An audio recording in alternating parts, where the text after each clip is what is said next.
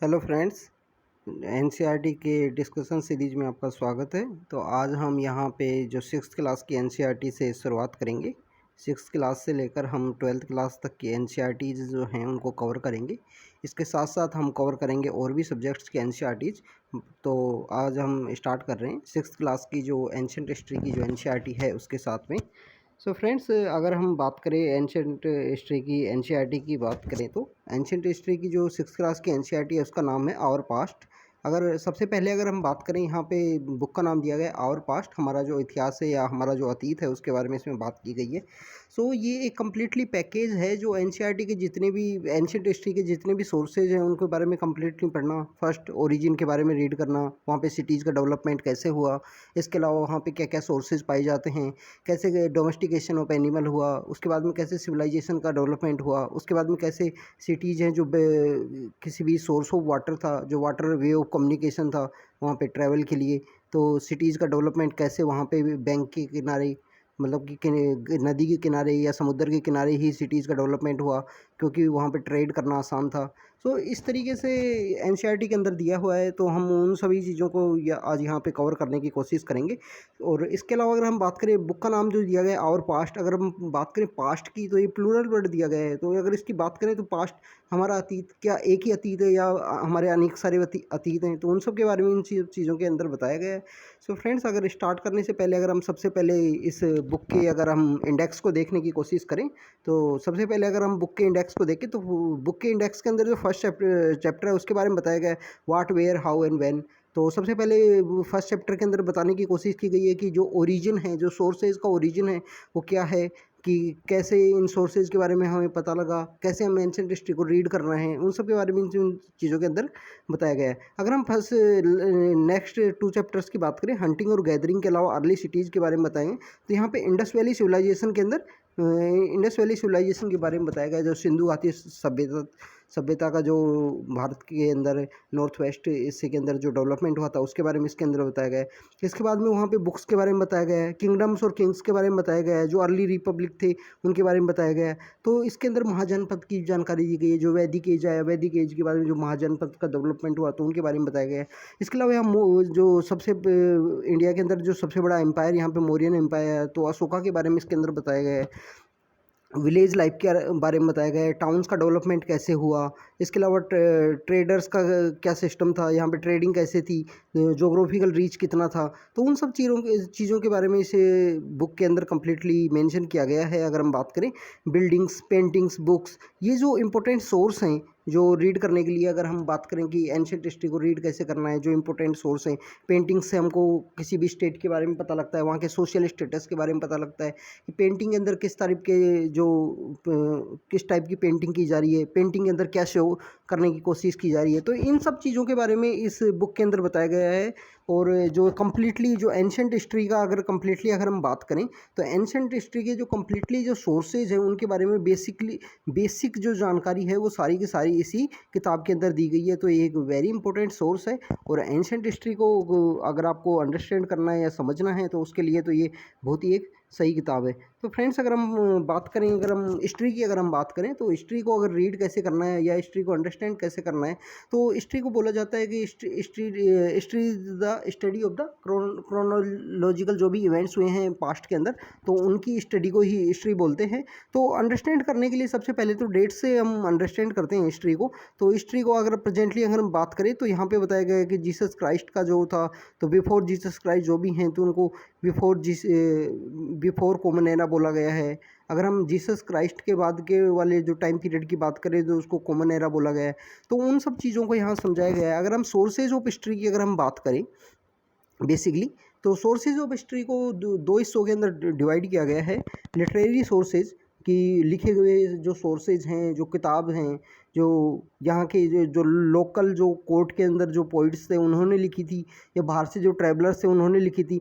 इसके अलावा अगर दूसरे सोर्स की बात करें तो आर्कोलॉजिकल सोर्सेज। अगर आर्कोलॉजिकल सोर्सेज के अंदर हम टाइप्स की बात करें तो कॉइन के बारे में बताया गया, जिसकी स्टडी को हम न्यूमिस्मेटिक बोला करते हैं।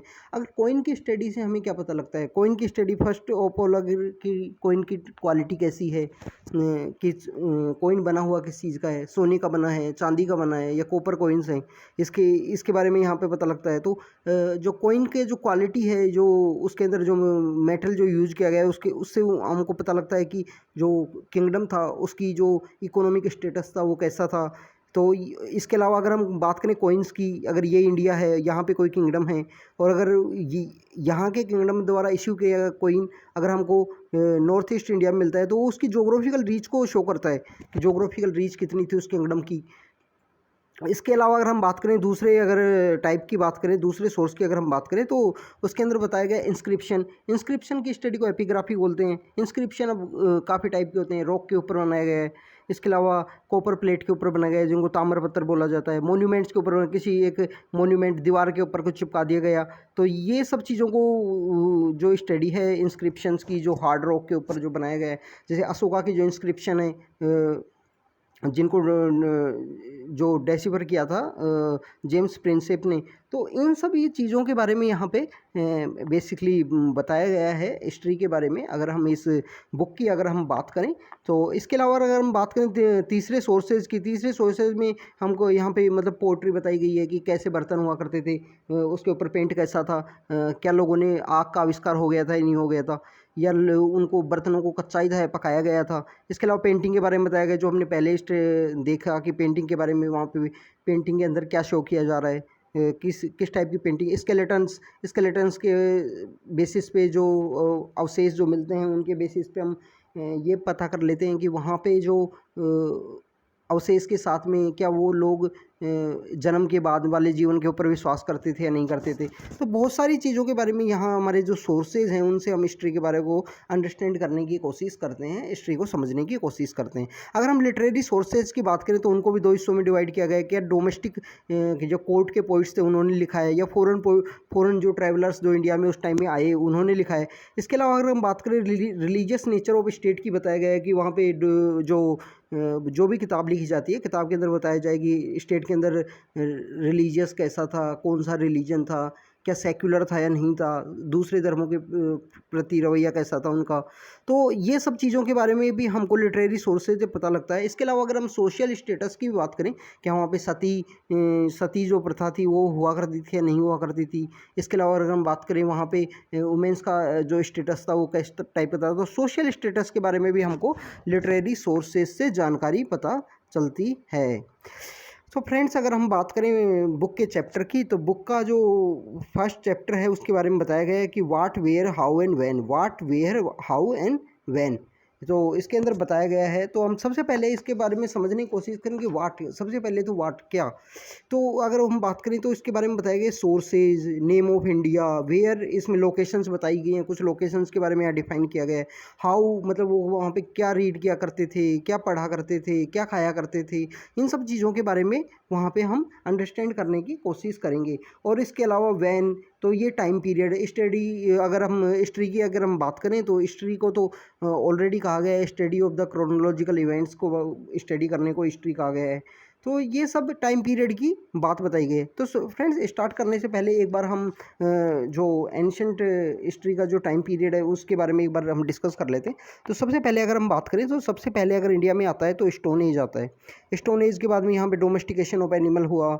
इसके अलावा धीरे धीरे यहाँ पे सभ्यता का डेवलपमेंट होता है, सिविलाइजेशन का डेवलपमेंट होता है, जिसके अंदर इंडस वैली सिविलाइजेशन की अगर हम बात करें, जो सिंधु घाटी सभ्यता थी उसके बारे में यहाँ पे बताया गया है। फिर उसके बाद में जब सिंधु घाटी सभ्यता का जब डिक्लाइन होता है तो यहाँ पे वैदिक एज का डेवलपमेंट होता है। तो वैदिक एज का डेवलपमेंट होएगा तो उसके साथ साथ आपको देखने को मिलेगा कि यहाँ पे जो 16 महाजनपद थे, तो महाजनपद का जो डेवलपमेंट था यहाँ पे ही होता है।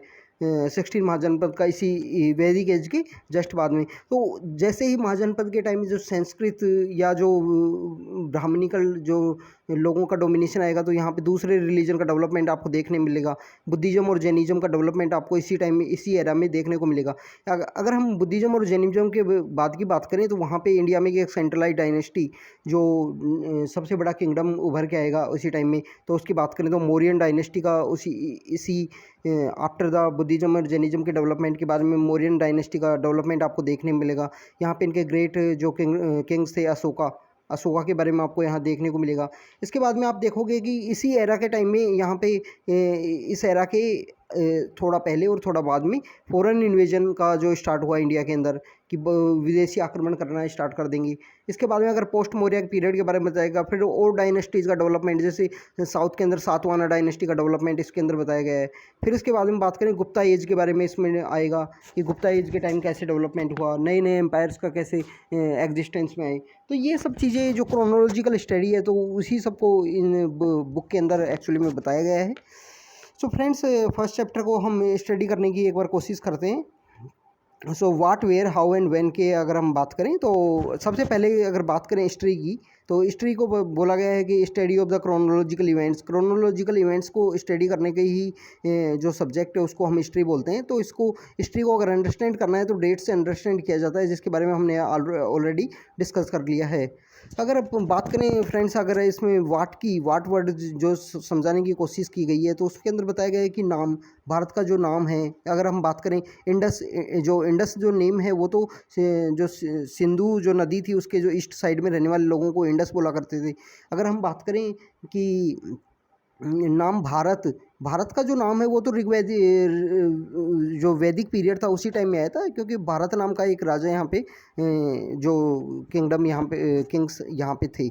अगर हम बात करें यहाँ पे जो प्लेसेस की बताई गई, नर्मदा के बारे में बताया गया है कि नर्मदा में वहाँ हंटिंग और गैदरिंग थी। इसके अलावा यहाँ सुलेमान और कीर्थर रेंज के बारे में बताया गया है कि वहाँ पे डोमेस्टिकेशन ऑफ एनिमल हो गया था और इसकी वजह से वहाँ पर ट्रेड और कॉमर्स का डेवलपमेंट हुआ।